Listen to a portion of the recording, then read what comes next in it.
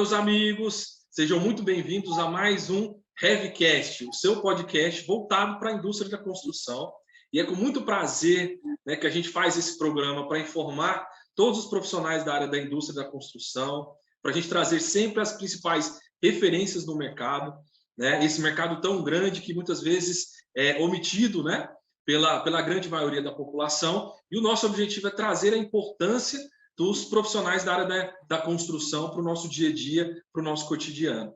Então, a gente pede muito para vocês nos apoiarem, se inscrevendo nesse canal, dando um like no nosso vídeo e, principalmente, marcando o sininho de notificações para que vocês assistam todos os nossos lançamentos. Esse é o segundo episódio da nova temporada do Heavycast e hoje a gente tem uma convidada super especial, a arquiteta urbanista, professor universitário da PUC Goiás, doutora em Geografia Urbana, a maravilhosa Maria Esther de Souza. Tudo bem, Maria Esther? Como é que você está? Para a gente é um prazer ter você aqui participando desse novo episódio do nosso podcast.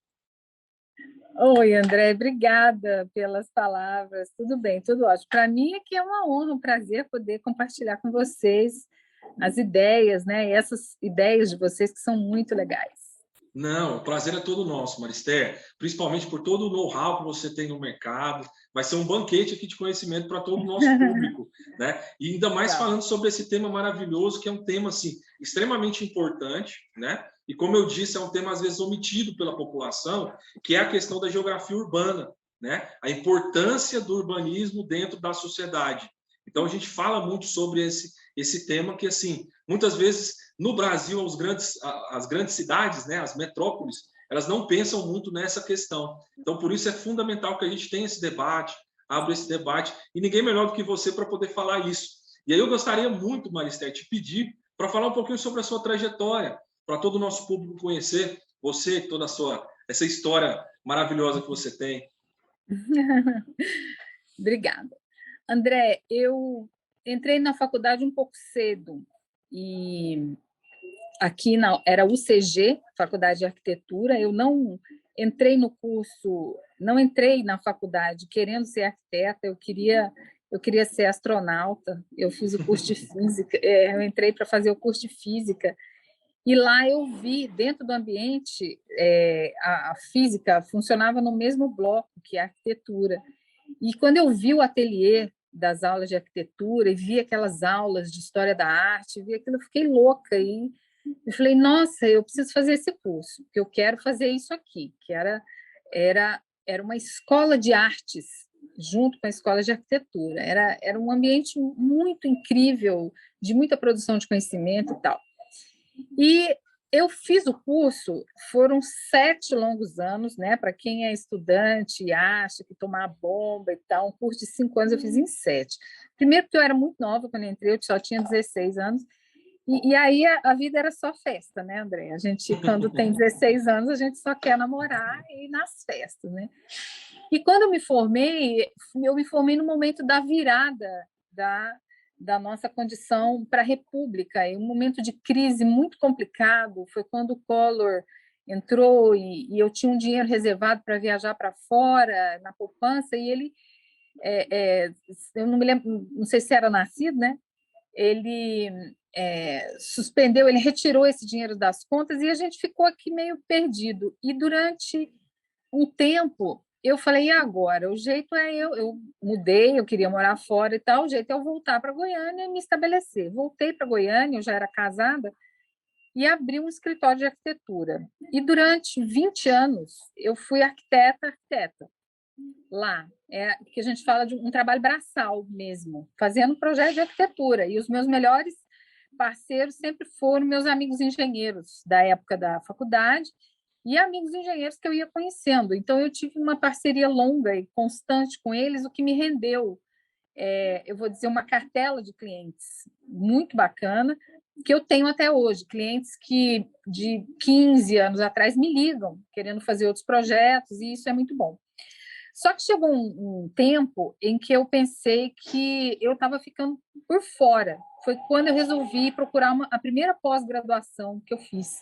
Isso foi já em 2009, 2008. Né? Eu já tinha 20 anos de formada, mas eu percebi isso. Falei, nossa, eu estou ficando para trás, né?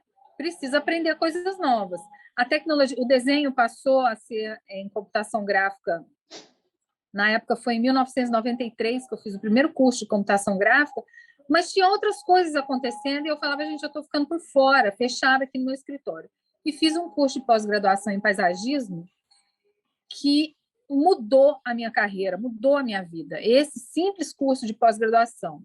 E era um curso de pós-graduação em paisagismo e paisagem urbana, que eu fiz com uma chancela da Faculdade do Rio de Janeiro, a Universidade de Castelo Branco. Foi um curso maravilhoso, só com profissionais muito bons. E esse curso me abriu uma espécie de cartela, outra cartela de projetos, que eram esses projetos urbanos, projetos de praças, projetos de lagos, parques, urbanização de orlas, que tinha entrado numa onda, foi logo em seguida do primeiro PAC, não se chamava PAC, mas uma primeira grande investida dentro do setor da construção civil. Os municípios brasileiros tinham muito recurso para fazer urbanização. Isso em 2010, 2008. E aí eu fiz muitos projetos. E em 2009, uma pessoa de dentro da gestão do Maguito, ele tinha acabado de ganhar a eleição, viu um projeto meu na mão de um prefeito e falou assim, o Maguito precisa de alguém para trabalhar aqui, na urbanização de Aparecida.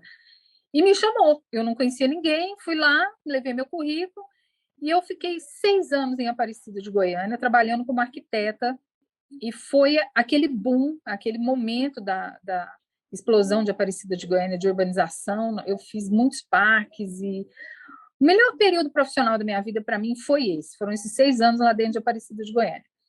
Mas aconteceu também meio que um nó na minha cabeça, porque eu não entendia como é que aquela cidade podia ser cidade. Porque tinha... Olha, para você ter uma ideia, André, imagina, a cidade, quando eu estava lá, ela tinha 465 mil habitantes. Assim, um pouquinho, era 500 mil habitantes.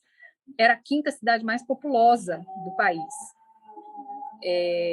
Não tinha nenhuma livraria na cidade. Não tinha nenhum cinema, nenhum teatro. Tinha uma única biblioteca municipal pequena, do tamanho da minha sala. Aqui. E aquilo me deixava enlouquecida. Eu falava, como é que é possível? Uma cidade que não tem livro, que não tem... Como é que é isso? E foi quando eu resolvi estudar.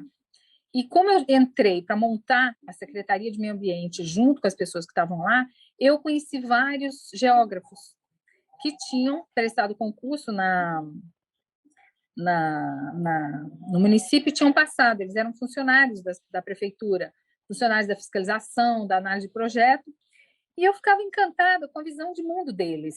Assim, eles tinham uma noção da cidade que eu não tinha. Eu tinha a noção da urbanista, que faz o desenho, que procura colocar as coisas no lugar, que acha que tal coisa tem que estar em tal lugar, que queria organizar a cidade. É muito diferente da visão do geógrafo. Aí eu falei assim, eu preciso estudar isso, eu preciso aprender isso, eu preciso aprender.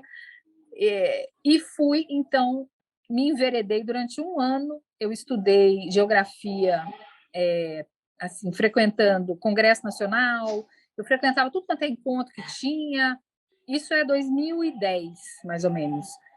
E comecei a estudar francês para aprender uma língua, comecei a estudar os livros e tal, e passei em último lugar. Eu gosto de falar essas coisas para as pessoas desmistificarem essas coisas, né? Eu passei em último lugar, tinham 19 vagas, eu passei em 19º lugar para fazer o mestrado em geografia. E fiz o mestrado, e quando eu estava terminando, então a PUC me chamou para dar aula lá. E eu fui fazer uma primeira experiência, e depois eu te conto, se você quiser, essa experiência trágica. A minha primeira aula foi um fiasco. Essas experiências pessoais a gente adora, Maristéia. Eu vou te contar depois. E aí eu prestei um concurso na PUC em 2014 e passei. E aí, nesse momento, eu ia ter que escolher. Ou eu trabalhava em Aparecida ou eu dava aula, porque não dava para compatibilizar. Por quê? Nesse período todo, eu nunca fechei meu escritório. Eu permaneci fazendo projetos. Tem gente que perguntava que hora que eu dormia. Aí eu falava, olha, eu durmo 8 horas. Durmo 8 horas, tranquilo. Só que eu gosto de trabalhar, eu gosto de ficar ligada. Então, eu faço tudo que tem que fazer. E aí eu abri mão do trabalho de Aparecida e abracei esse trabalho da PUC, né? E aí eu dou aula na PUC, então, desde 2014, eu fiz essa experiência em 2013, 2012, mas eu ia, voltava, dava uma aula assim. E, então, em 2015, eu também ingressei no doutorado, porque aí eu queria estudar mais, e, aliás, eu quero estudar muito mais, que eu acho que ainda não estudei o suficiente, né? E terminei o doutorado em 2019, e mantenho agora a minha atividade de professora da PUC. Eu tenho um escritório, que, aliás, desde o ano passado para cá, triplicou a quantidade de projetos dentro do escritório. Eu tive que chamar outros arquitetos, colegas, para trabalhar comigo. E passei também como conselheira do Conselho de Arquitetura, que foi fundado em 2012, 2011, da virada, né, da década, e fiquei lá também 6 anos. Hoje eu dou uma assessoria para o Conselho institucional e faço projetos. Então, a minha atividade diária é essa hoje, cotidiana. Eu dou aula na PUC, eu faço essa assessoria institucional para o Conselho de Arquitetura, e faço os projetos de arquitetura com esses colegas associados. A parte melhor é que eu sou mãe, eu tenho 2 filhas, 2 gatos. E as minhas filhas já são formadas, são pessoas adultas e totalmente autônomas e independentes. Então, no meu tempo vago, se eu não posso ficar cuidando de menino mais, aí eu gosto muito de estudar, né? Isso é bom, mais ou né? menos isso. Não, esse aprendizado contínuo é fantástico, Maristé. E assim, por que você optou? Você falou lá que você sentiu a necessidade, de repente, da área da geografia. Porque a arquitetura e a geografia são coisas bem diferentes, né? Como que você conseguiu conciliar isso tudo entre essas 2 áreas? Olha, primeiro, foi muito difícil aprender geografia, porque a geografia é uma ciência que ela estuda as características da superfície do planeta, os fenômenos climáticos, né? Só que ela estuda uma coisa que eu acho que falta no urbanismo. Ela estuda os movimentos humanos no planeta, ela estuda a geopolítica. Por que um estado, um país tem determinada estrutura, limite, né? Essa história do Afeganistão hoje está chamando muita atenção, e a geopolítica chama atenção. Quem são os vizinhos do Afeganistão? A União Soviética é a Rússia. Olha como a geografia explica esse movimento que está acontecendo lá, mais do que muitas outras ciências políticas. E aí, quando eu conheci esse pessoal da geografia, eu percebia que, assim como eles olhavam para a cidade como um território de circulação, então eu tinha que prestar atenção nas ruas, num território onde precisava de água para abastecer a cidade, então eu observava as nascentes e tal, eles olhavam para esses movimentos das pessoas, que lá no urbanismo a gente olha, mas a gente olha não com tanto peso. Que movimentos das pessoas são esses? Foi na geografia que eu percebi que Aparecida não tinha maternidade, tendo 500 mil habitantes, não tinha maternidade. Quer dizer que ninguém nasce em Aparecida. As pessoas atravessavam a rua para nascer em Goiânia e voltavam para lá. Essa relação de uma pessoa não ter no seu registro de nascimento uma cidade natal que ela mora desde que ela nasceu, faz diferença na relação dela com a cidade. E quem estuda isso é a geografia, chama geografia cultural. Isso não tem na geografia, isso não tem no urbanismo, né? Eles construíram a primeira maternidade, eu estava lá, era 2009, né? Eles inauguraram. Tanto que não faz muito tempo, né? A gente chamava quem morava em Aparecida como cidade dormitório, né? Todo mundo vinha para Goiânia e fazia as coisas aqui em Goiânia. E nesses últimos anos teve um crescimento assim enorme, né? Na verdade, uma mudou, diferença, né? Mudou agora, a pessoa trabalha em Aparecida e vem para Goiânia dormir. Exatamente. Essa relação mudou por causa do investimento em infraestrutura que foi feito lá. Então, essa visão da geografia, dos movimentos humanos e das relações das pessoas com os objetos da cidade, uma relação cultural, uma relação de apego, essa coisa de você se identificar com uma cidade, né? Isso quando a gente fala com a cidade, Goiânia nasceu sob essa escola do urbanismo. E ninguém sabe isso, só quem faz o curso de arquitetura, entendeu? Só quem estuda essa disciplina. Isso não é ensinado nas escolas. E isso é o que cria uma certa identidade das pessoas com o local. E eu percebia isso. Tinha uma parcela da população que a gente chama de bairrista, né? Que é aquela população apegada. Você não fala mal da minha cidade, não, que eu vou criar um caso com você, né? Eu, por exemplo, sou assim. Se eu saio alguém fala mal de Goiânia, eu já fico, cara, você não quer ser meu amigo? Você está falando mal da minha cidade, né? E eu não entendia como é que era possível uma cidade que não tinha coleta de esgoto, não tinha fornecimento de água, não tinha uma livraria, não tem uma praça, não tem um equipamento público que seja de qualidade de uso público da população. Como é que aquela população amava tanto aquele lugar? E a geografia me explicou isso, entendeu? Porque a gente precisa sobrepor sobre esses lugares as pessoas. As pessoas estão lá porque elas têm vínculos entre elas, elas têm vínculos com o meio-fio, a calçada, do jeito que for.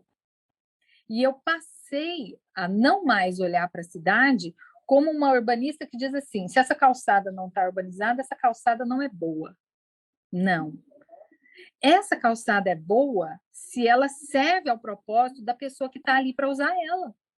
O meu padrão de urbanista é um padrão que eu aprendi numa escola europeia francesa. Por que isso vai servir para uma pessoa que está em Aparecida? Foi a geografia que me ensinou isso, entendeu? E eu precisava desse conhecimento, porque senão eu ia ser mais uma urbanista. Depois eu te conto um caso de lá. Esther, na verdade, você saiu, né, da questão urbanista do concreto, né, no que a gente estuda na faculdade, para a questão social e cultural, né? Então, a geografia com a questão geopolítica, né, e essa questão, além do fato também de conhecer um pouco mais sobre a questão de rochas, tudo isso influencia na questão, né, do urbanismo, mas a questão social que foi realmente importante para sua colocação, né? Para eu entender a cidade, né? Claro. E é uma coisa que a gente vê isso muito na administração, né, em outras áreas, e não vê tanto isso na engenharia e na arquitetura. Você tem que entender quem que é o seu público-alvo. Exatamente. Né? Exatamente isso. A gente normalmente ali tenta padronizar, né, um projeto, vamos padronizar um tipo de projeto, e passa a entender. A gente começa a ver somente a questão da execução do projeto, da obra, só que a gente esquece, né, muito da questão do público-alvo. Se aquilo ali vai atender a necessidade do público-alvo. Né? E eu aprendi isso, só para você ter uma ideia do exemplo prático disso, eu aprendi isso na prática, né? Foi um dos motivos que me levou a estudar, me levou para o mestrado. Você tem uma ideia, às vezes eu chegava aqui em Goiânia, aqui na minha casa, eu chorava assim meia hora, porque eu falava assim, tudo que eu aprendi está errado. Tudo que eu aprendi não serve para nada. Eu tinha essa sensação. Isso eu com 20 anos de formada, né? Já com experiência de fazer projeto. Eu fiz um projeto para o Garavelo, para o Parque do Garavelo. O prefeito faz reunião, coloca isso, faz assim, faz assado, e eu era louca com aquele trabalho, desenhei aquela coisa, aquele lago, pus aquele tanto de coisa, e pista de caminhada, e playground, isso e aquilo, e fiz um PowerPoint, fiz aquelas imagens coloridas, maravilhosas. Vamos levar para a população. Aí fomos lá numa associação comercial, convidou carro de som chamando, propaganda, no rádio, na TV, chamando todo mundo para conhecer o projeto do Parque do Garavelo. Aí tá eu lá, toda bonita, né, no meu terno, apresentando o projeto, mostrando o projeto e tal. Aqui, tinha um público até interessante, assim, bastante gente. E uma pessoa sentada bem na minha frente, assim. Aí eu falei, olha, então agora eu apresentei tudo, eu gostaria de saber o que vocês acharam do projeto. Aí essa mulher sentada, ela estava na minha frente, ela estava a 1 metro de distância da minha frente, ela levantou a mão. E aí eu passei o microfone para ela, ela falou assim, aonde você colocou a creche? Entendi. Aí eu falei, não, eu não coloquei creche. Ela levantou e falou assim, o seu projeto não serve para mim. André, pensa, 20 anos de profissão, entrar num buraco e eu não achar ele. Eu demorei 1 semana para me recuperar, entendeu? Porque a mulher me falou, não é que ela me falou que meu projeto não me servia para nada, mas ela me apontou um erro assim, com uma classe, com um tipo de categoria que ninguém ia me apontar. Nenhuma banca de doutorado ia me falar como ela falou. Eu cometi o erro pior, entendeu? Eu não me aproximei dela, que é isso que você está falando. Eu não fui. Eu fui atender o prefeito. Era minha obrigação? Era minha obrigação. Mas eu tinha que ter considerado ela antes, entendeu? Isso aí foi isso que me levou para o mestrado. Aí eu te faço, eu sempre tive essa dúvida, Maristéria, que eu vou te fazer agora. Assim, quando se faz essas obras para a cidade, a prefeitura vai definir, de repente, a construção de uma praça, ou de repente, vou dar um exemplo claro que está acontecendo em Goiânia, ali, o BRT. Existe essa consulta pública à população? Porque a impressão que eu tenho, talvez eu esteja errado, mas a impressão que eu tenho é que não há nenhuma consulta à população. Não há, assim como eu não fiz. Não há nenhuma consulta à população. E essa era uma prática muito minha. Isso era uma coisa que eu pedia muito. Para a gente fazer isso, a gente montava tenda e teve vezes eu levar meu computador e trabalhar debaixo da tenda no meio da rua, no meio da praça. Porque eu queria aquele contato. Foi a partir disso. E aí eu colecionei audiências públicas em Aparecida. Eu ia para tudo quanto é bairro da cidade, com a tenda, a gente comprou uma tenda, e chamava todo mundo, eu levava as mesas, papéis, e punha menino para desenhar, eu tenho isso tudo registrado também. E eu fiz todos os meus projetos com a população a partir disso. Eu nunca mais fiz diferente, entendeu? Essa, inclusive, a nossa briga com o plano diretor aqui é essa. Porque esses planos urbanos, eles saem da cabeça do prefeito, ele acha que ele tem uma ótima ideia, e aí ele põe o técnico para desenhar. O arquiteto fala, não, você faz. E não pergunta para a população. Não pergunta. O BRT não foi consultar. Ele foi uma ideia, é um equipamento importante demais, ele é um equipamento que vai fazer muita falta se ele não for feito. Agora, a quantidade de equívocos que existem na obra, né, no projeto e na obra, é que dá muita tristeza.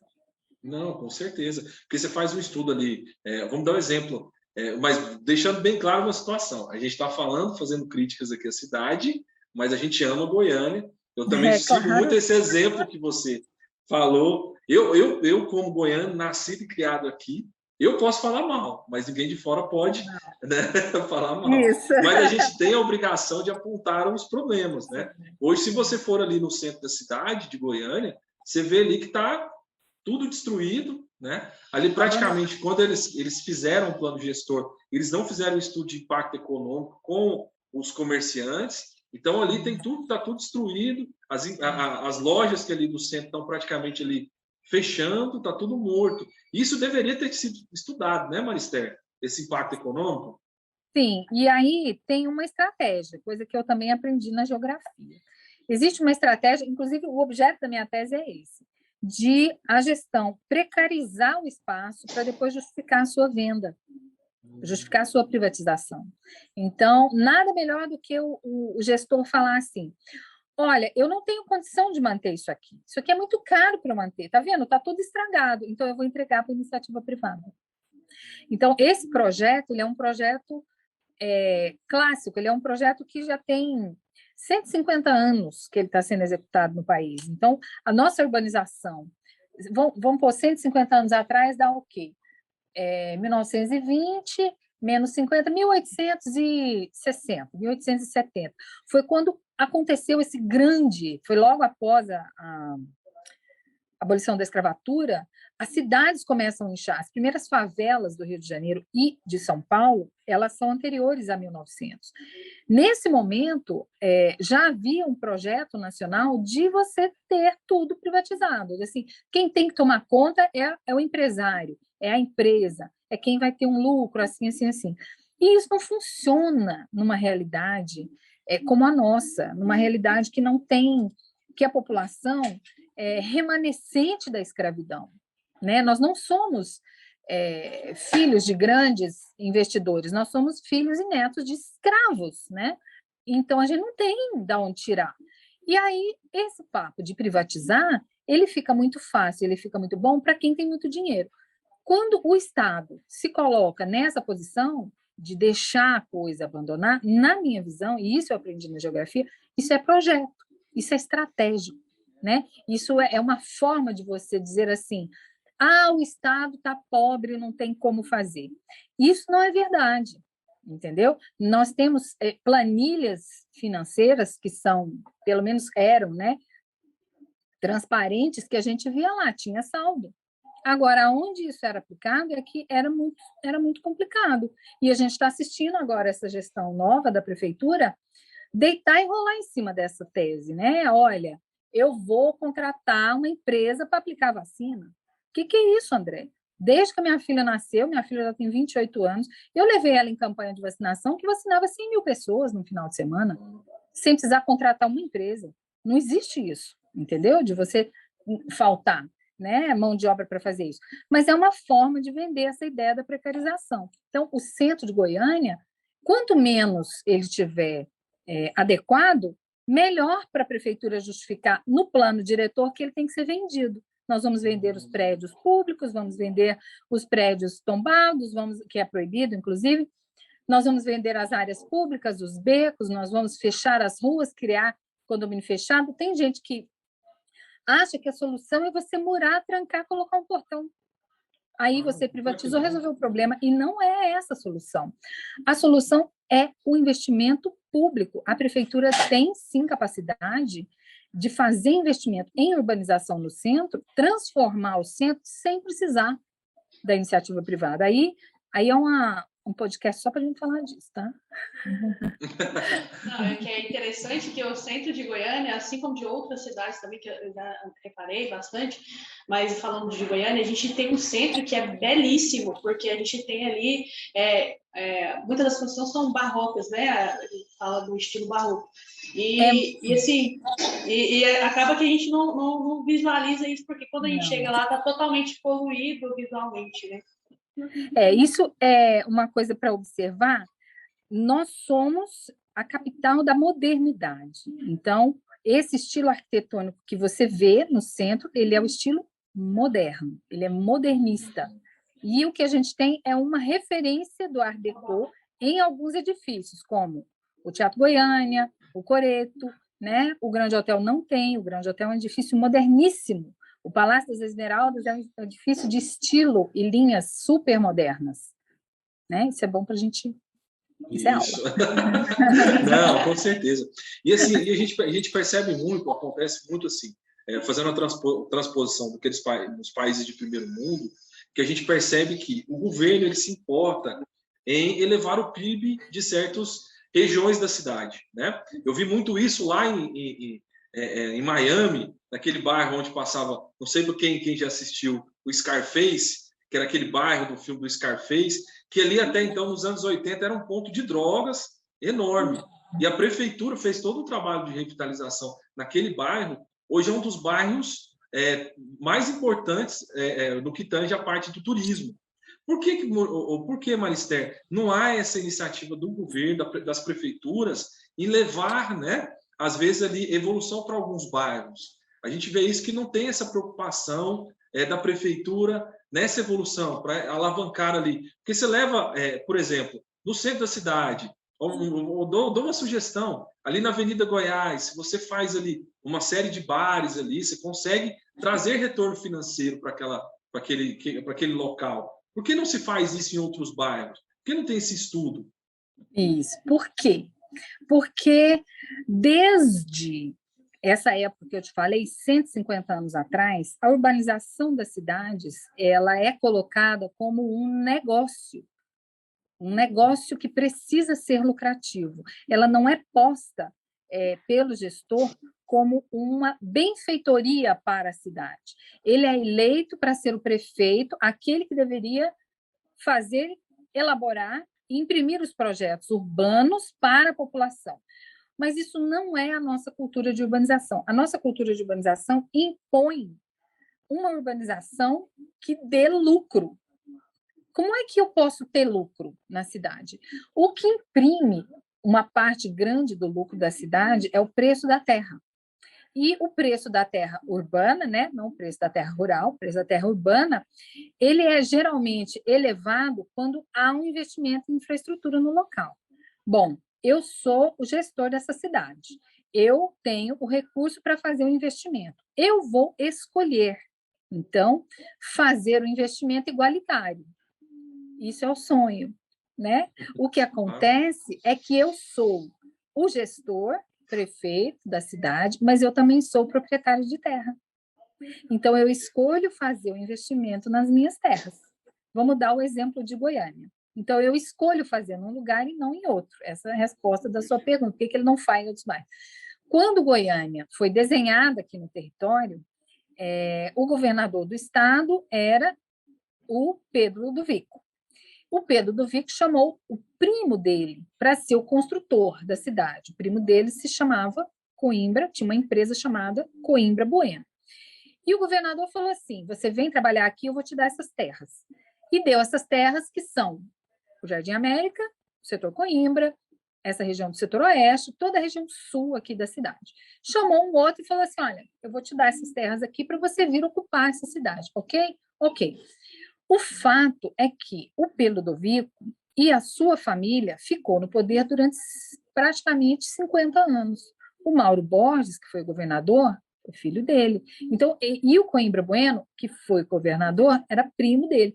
Então, todo recurso que vinha, ao invés dos caras fazerem a aplicação disso na coisa de forma igual, ele ia aplicar onde? Ele aplicou na terra dele. Então, os investimentos em Goiânia, eles são 90% na região sul da cidade, na região das terras dos nossos governadores clássicos, né? E isso não é uma coisa só de Goiânia, isso é uma coisa de Brasil, isso é uma coisa de colônia, porque o gestor que entra, ele é o proprietário da terra. Isso desde... A gente tem Câmara de Vereadores desde 1500, foi instituída aqui a colônia e foi instituída a Câmara de Vereador. O vereador era o dono que tinha ganhado a terra.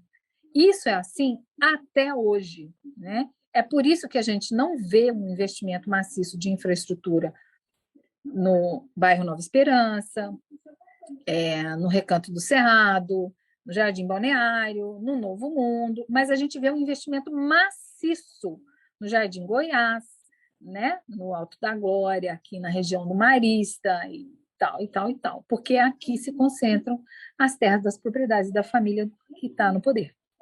Não, e aí você cria automaticamente uma segregação, né? Que ali você tem recursos, igual foi feito lá no Parque Flamboyant, um investimento que é feito ali, todo de infraestrutura, e ali você tem outras regiões, principalmente regiões do norte, como você disse, não tem, né? Os bairros do norte, você não tem esse desenvolvimento.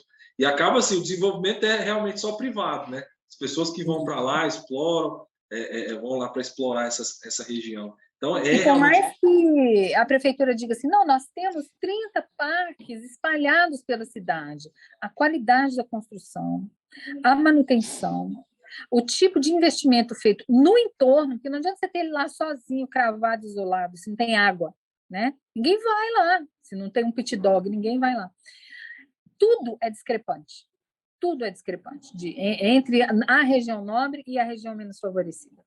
A diferença é enorme. Não, a gente tem bairros aqui, né, em Goiânia, que faltam água. Aqueles bairros ali próximo, na divisa com o Senador Canedo, ali faltam água. E é notório, todo mundo conhece, sabe que ali vai acontecer, uma hora ou outra, vai faltar água, que é um, né, recurso básico disso. Mas aí eu te faço uma pergunta, Maristé, isso é estipulado dentro do plano gestor? Né? Não existem normas dentro desse plano gestor para que atendam a todos os municípios? Existe norma, mas não existe punição para quem não faz. Entendi. Você nunca viu um prefeito ser preso porque ele deixou de investir numa área de necessidade. Você nunca viu um prefeito pagar uma multa porque ele fez um investimento errado. O exemplo aqui de Goiânia, que é o clássico. Antes do Íris sair da prefeitura, ele fez um empréstimo de 790 milhões de reais para projetos de mobilidade, né? Certo. Todo esse dinheiro é aplicado na região sul. E ninguém contestou. Nenhum dos vereadores foi contra, nenhum secretário, obviamente, nenhum outro político fez, né? Ninguém falou nada. E todo investimento aviltado aqui na região sul.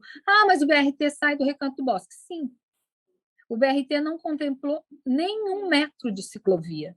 O BRT não deu atenção às zonas de uso no entorno dele e estimulou uma modificação no uso em quem tem a rua virada para o BRT. O cara que se vira agora com o lote dele, entendeu? Então, essa coisa pura, mal feita, mal acabada, que não tem começo, não tem fim, você não sabe em que pé que está, isso é o que é a cara desse tipo de cultura de gestão. O cara não se interessa naquilo que é o coletivo, ele está interessado, o empréstimo rendeu para ele um dividendo, né? Ele ganha pelo fato dele ter movimentado tanto dinheiro, e aquilo foi endereçado para uma localidade. E ninguém reclamou. E não tem lei que pune isso. Então, está no plano diretor de 2007 que a nossa cidade deveria ter pelo menos 3 ou 4 áreas de preservação estipuladas, demarcadas, fechadas e reflorestadas.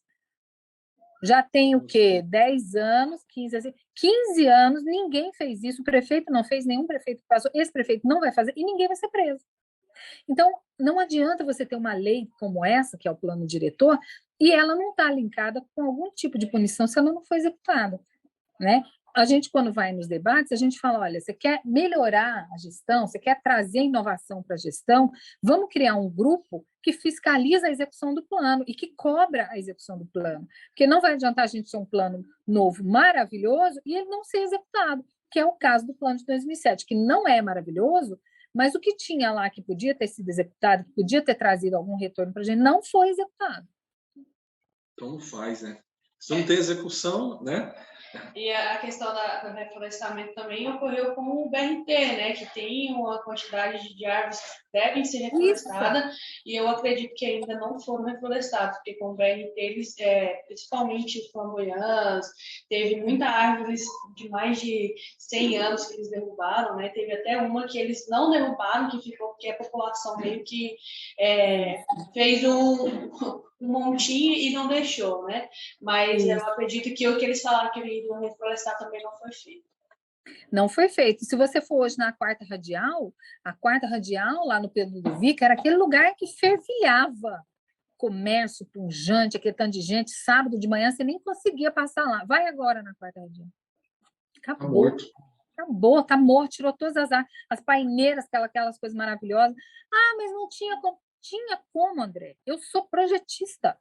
Eu projeto com árvore. Eu tenho mais de uma dúzia de casas que eu já projetei, que eu falei para a pessoa, não tirar. Tem um projeto que eu fiz no condomínio, no condomínio do lar, que a árvore é dentro da casa. Se o cara pode morar com árvore dentro da casa, uma casa de 3 pavimentos, porque a casa tinha um subsolo, por que eu não posso passar uma linha de ônibus? Entendeu? Um ponto de ônibus não pode ter uma árvore dentro dela. O ponto de ônibus é só um negócio. Não, porque não, porque não, porque não, porque não. Eu lembro de ser vaiado na audiência pública porque eu falei isso. Né? Eles estão pensando sempre em lucro, né? Sempre pensando a questão financeira. Placa de alubone, fazer viaduto e um viaduto de concreto e aí encher o viaduto de placa de alumínio de revestimento. Que dia, André? Isso não existe, só em Goiânia. E realmente, não, se a gente for ver, realmente assim, esse problema é um problema crasso que a gente tem, né, na nossa cidade. E outra questão que eu fico assim chocado, Marister, é com relação agora a essa expansão imobiliária que se tem na nossa cidade e que principalmente eles não pensam em momento algum nas questões ambientais, né? Você vê aí vários prédios sendo feitos ali bem ali na beira dos rios, né, desmatando, e não estão preocupados com nenhum tipo de regulamentação. Mas isso também tem no plano diretor, né? E também não é seguido, né, Maristela? Plano diretor. Plano diretor, perdão. Plano diretor, E a lei, eu estudei muito a legislação para poder fazer minha tese. E eu descobri que esses gatilhos, esses ganchos, esses furos na lei, todos eles são de propósito. Nada disso é uma coisa assim, eu esqueci, devia ter colocado essa palavra, essa vírgula aqui é da outra interpretação. Não existe isso. Esses caras que desenham essas leis, assim, tem muita lei que é muito legal, mas tem lei que parece que ela é feita para vir para destruir mesmo. E ela é construída por quem tem um interesse em fazer negócio com a cidade. Então, essa coisa do fundo de vale, da gente construir perto de córrego, na década de 60, essas primeiras ideias surgiram na Europa, como escrever isso na lei, mas essa ideia de que o fundo de vale tem que ser protegido, ela é anterior, ela é lá do século XIX. Eu vou até citar um nome aqui, ele se chama Frederick Olmsted, é o arquiteto que fez o projeto do Central Park de Nova York. Ele fez um projeto que se chama Colar de Esmeraldas em Boston, e esse projeto foi o projeto que suscitou a ideia da proteção das áreas verdes, e essa ideia pegou, e muitos países começaram porque ele fez um projeto para resolver um problema de inundação. E ele falou, olha, a gente só vai resolver se a gente não chegar na área de inundação, então a gente tem que afastar. Todo mundo comprou essa ideia e começamos a elaborar a lei que a gente tinha que se afastar, entendeu? Só que, se a gente se lembrar daquela coisa, quem está fazendo a lei, quem está fazendo cumprir a lei é o dono da terra. Então, ele fala assim, bom, quem tem que se afastar é quem está para lá. Na minha terra, eu vou autorizar. Eu vou fazer vista grossa. Não vou fazer isso. Eu vou deixar. E aí você vê na cidade, por exemplo, o setor Jaó, ele tem trechos do setor Jaó ocupados na área de inundação do Rio Meia Ponte, entendeu? E ninguém nunca foi lá para despejar aquelas pessoas. O setor Jaó é só mansão, e é só mansão de gente muito rica e poderosa. Agora, lá no Parque Oeste Industrial, uma ocupação nos anos 2000, foi 2004, eu penso, as pessoas foram tiradas lá com carro, tanque, com helicóptero, gente matando. Por quê? Porque estava em área de preservação.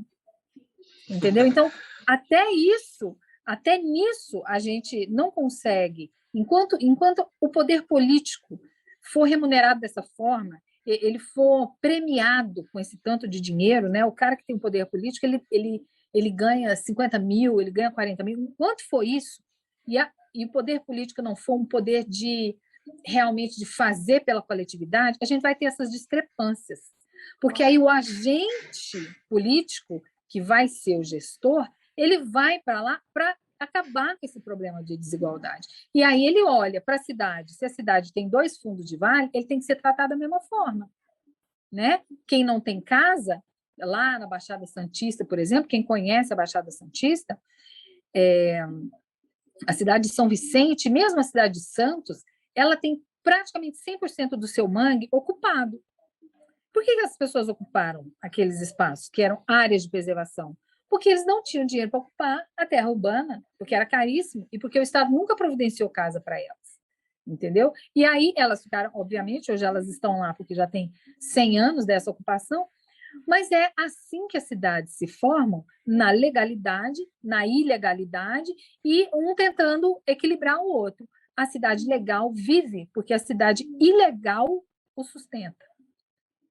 Então, é uma situação muito complexa, né? Isso é muito difícil. Enquanto ainda se coloca, né, os interesses de alguns à frente do coletivo, isso sempre vai acontecer. E a gente acha assim, né? E a gente vive num país maravilhoso, que a gente poderia, dentro das cidades, criar, né, meios para trazer turistas, né? Se a gente faz ali que a gente vê uma tendência na Europa, nos Estados Unidos, né, de preservação dentro das metrópoles, né? Eu vi isso ali em Londres, eles estão despoluindo, despoluindo ali o Tâmisa, e assim, por quê? Para desenvolver o turismo, que é um recurso maravilhoso. A gente tem cidades maravilhosas, como é a nossa, Goiânia, né? Se a gente fizesse um plano para desenvolver esse coletivo, para trazer pessoas aqui para o turismo, a gente teria uma evolução econômica fantástica, né, Maricela? Isso, a gente está falando de Goiânia e de outras cidades que poderiam estar fazendo isso, que tem um histórico maravilhoso, né? Então, realmente é uma situação complexa. Marister, como eu te disse, a gente aqui tem uma pergunta, que é a pergunta de todos os nossos episódios, chamada o pulo do gato. Para quem não é de Goiânia, o que é o pulo do gato? É a pergunta de ouro, né? Qual seria a dica, né, que você daria para aquele profissional que está saindo da faculdade, aquele aluno que está saindo da faculdade, ou para aquele profissional que tem interesse de se inserir nesse mercado? A gente está falando do mercado urbano, né, de mobilidade, da parte de infraestrutura, que é um mercado que tem um poder econômico muito grande e que faltam profissionais, né? Qual que seria a dica que você poderia dar, Marister, para os Olha, nossos telespectadores? Pois é, e pode até parecer combinado, mas não é, porque você vai ver que eu já dei essa resposta em outros lugares, e a minha dica é o seguinte: estudem, entendeu? A minha vida mudou no dia que eu dei o primeiro passo na pós-graduação. Eu passei 20 anos com a minha formação, né, de bacharelado, e fazendo um trabalho de mão de obra, aquilo, uma labuta diária, uma coisa cotidiana, que se você fica naquilo ali, você perde meio que o bonde. E todas as invenções tecnológicas, todas as novidades, todos os incrementos tecnológicos saem de dentro da universidade, eles saem de dentro da pesquisa. Então, se você se formou profissional, não é que eu quero ter experiência. Sim, vai ter experiência, vai tentar trabalhar, procurar um trabalho para fazer o seu ofício, sim, mas não pode deixar de fazer esse link de novo e voltar para a escola e fazer a sua formação complementar e fazer uma pós e fazer um mestrado. O mestrado é uma busca pela atividade acadêmica, né? Quem faz o mestrado vai ser professor. Eu não fiz mestrado para ser professora. Eu fiz o mestrado para aliviar minha ansiedade, que eu queria demais entender aquela cidade. E eu me apaixonei pelo mestrado, eu me apaixonei por essa coisa do ensino. Eu diria para você que eu não sou uma boa professora, aquela coisa da história, né, que eu ia te contar, engraçada, porque eu acho que eu falo muito rápido e, às vezes, eu acho que a pessoa está acompanhando o meu raciocínio. Eu demorei muito para aprender isso. Mas estudar foi que me tornou uma profissional melhor. Não adianta eu ter 30 anos de praia só ali naquele fazer diário, e eu só, deixa eu me atualizar aqui na internet. Não é a mesma coisa, não é a mesma coisa. Só a internet vai me dar 3 milhões de resultados. E aí, qual que é o resultado confiável? Qual que é desses 3 milhões de resultados que o Google me dá, que eu vou baixar e usar como referência? Então, quando eu estudei, eu tive as referências. Os meus professores disseram, esse autor, esse não. Esse aqui fez uma leitura deformada. Veja, olha, vamos comparar e tal. E isso só um professor faz. Não, com certeza. E principalmente a questão do network, né? Porque quando a gente fala em network, os alunos acham que é um network só entre os alunos. E esquece que existe um network entre o aluno e o professor, que é fundamental, né? Aquela troca de experiência, você tem uma pessoa que você pode consultar toda a experiência que ele tem, o gabarito que ele tem. E aí, Marister, eu não vou deixar você passar, a gente finalizar o nosso programa, sem você contar aquela história engraçada do início do nosso programa. História. Isso é brabo, porque isso é coisa de primeira experiência, né? Porque quando eu fui chamada para dar aula na PUC, eu nunca tinha dado aula na minha vida, né? Mas eu tinha essa expertise da prática, né? E aí, para você ter uma ideia, eu dou aula do quê na PUC? Topografia, construção, aula do projeto, né? Aula de estágio, é só a matéria prática mesmo, eu não sou uma teórica, né? E aí eu entro na sala de aula, assim, né, com aquela cara de, ai, meu Deus. E a minha tarefa era orientar o menino a fazer o projeto. Era sentar com ele pôr o papel e eu falava, tá vendo o projeto aqui? Então, entra aqui vai ser o espaço, aqui vai ser o outro, aqui é a circulação, você tem que ter um telhado, você tem que ter uma estrutura, blá, blá, blá, blá. Aí, dia de entrega de trabalho. Aí o professor falou assim para mim, você fica esperto, porque a aluna é terrível. E eu, na maior paixão, eu tinha me apaixonado por todos, né? E aí, assim, que é a coisa que a gente não pode fazer, mas é impossível não fazer, né? Aí a aluna chega chorando, assim, em lágrimas, assim, morrendo de chorar. Porque, não sei, nem sei qual era o motivo, lá eu não posso entregar meu trabalho. E eu entrei na dela, André, mas eu entrei, assim, eu tinha certeza que a menina estava vivendo aquele drama, né? Falei, não, tudo bem, você não precisa entregar nada, pode deixar, isso aqui nada. A menina foi embora, aí o professor olhou assim para mim, veio na minha direção. O que foi? Eu falei, não, nada, a menina está com os problemas aí. Ela não entregou o trabalho? O professor mó bravo. Eu falei, não, depois ela entrega. E ele ficou puto. E falou, vem cá. Eu, não, professor, tá tudo bem. Ele, vem aqui. Aí ele me desceu pelo braço. Fica aí, chamou outra pessoa lá para vigiar os trabalhos, vem cá. E desceu comigo na cantina. Chego na cantina, a menina jogando truco. aquela vibe, assim, brincando. Quando eu vi aquilo, eu falei, meu Deus do céu. E ele, vamos lá. Eu falei, não vamos de jeito nenhum. Ele fez eu ir lá. Não é uma história engraçada, é uma história trágica, né? Quando a menina me viu, ela olhou assim, ela começou a chorar na hora. Aí ele, nossa, aí ele tirou um sarro na cara dela e falou assim, agora você está chorando por quê? Porque você viu a professora ou porque alguém morreu? Aí foi horrível, foi a maior mico, assim, a maior vergonha que eu assisti na minha vida. E foi ali que eu comecei a aprender as coisas, assim. E eu comecei tudo errado, porque eu acreditava em tudo que eles falavam. E, às vezes, não é verdade. Eu tô lidando com uma pessoa que tem 17, 18 anos, né? É calouro. A maioria tinha 17 anos, 18, no máximo. E foi muito ruim. Aí eu não queria voltar mais para dar aula. E aí o professor, não, você vai ter que dar 0 para ela e tal. E foi... Eu sei que foi, assim, esse momento marcou. E isso foi primeira semana da aula ali, o primeiro mês eu entrei no meio do semestre e eu fiquei traumatizada e aí hoje eu tenho um sistema, eu fiquei traumatizada, que eu não dou a nota de 0 a 10, eu dou uma avaliação, né, A, B, C, eu gosto de A, B, ou ele é muito bom, ou ele é médio, ou ele é insuficiente. E depois eu converso com a aluna e dou uma nota. Eu não consigo, é muito difícil para mim. Não, a questão é porque ela fazia artes cênicas, o Maristé. Artes cênicas, devia, né? Ô, Maristé, vou falar aqui para você. Você pode até não ter feito mestrado para ser professora, viu? Mas que eu fiquei com vontade de assistir uma aula sua depois desse podcast. Eu fiquei, viu? Mas eu melhorei demais. Eu falava muito rápido. E, assim, eu ia fazendo raciocínio, agora eu já paro, já penso. Falo, não, peraí, o menino tem 18 anos, tem que pensar, pedal. E olha que topografia foi uma das matérias que eu mais odiei na faculdade. Topografia. Não, mas assim, Maristé, você exala a paixão no que você fala. Então, assim, é por isso. Né, você fala de questões urbanas, você exala a paixão no que você fala. Então, assim, dá muita vontade de conhecer mais. Eu tenho certeza que nossos telespectadores, depois desse podcast, vão procurar mais informação, entender muito mais sobre tudo que está acontecendo. Tá? Maristé, você viu que tanto foi rápido? Tudo que é bom passa rápido.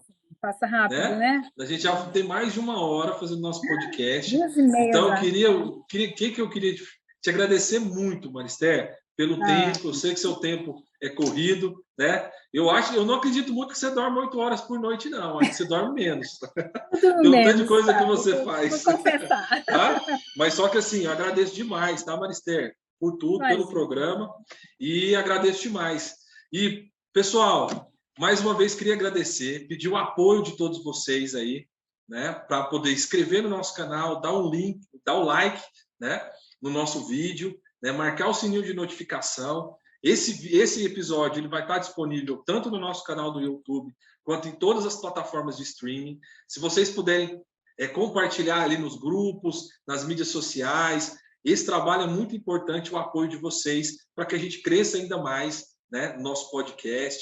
A gente faz aí tudo com muito carinho, né? A Maristela aceitou aí participar com muito carinho. O tempo dela é curtíssimo, mas ela aceitou, ela topou participar conosco. Então, para a gente foi ótimo. E a gente espera o apoio de vocês. E um forte abraço para todos. Forte abraço, Maristé. Tchau, André. Obrigada, viu? Foi muito bom mesmo. Passou rápido. Obrigado enorme. O prazer foi todo nosso. Né? Revicast.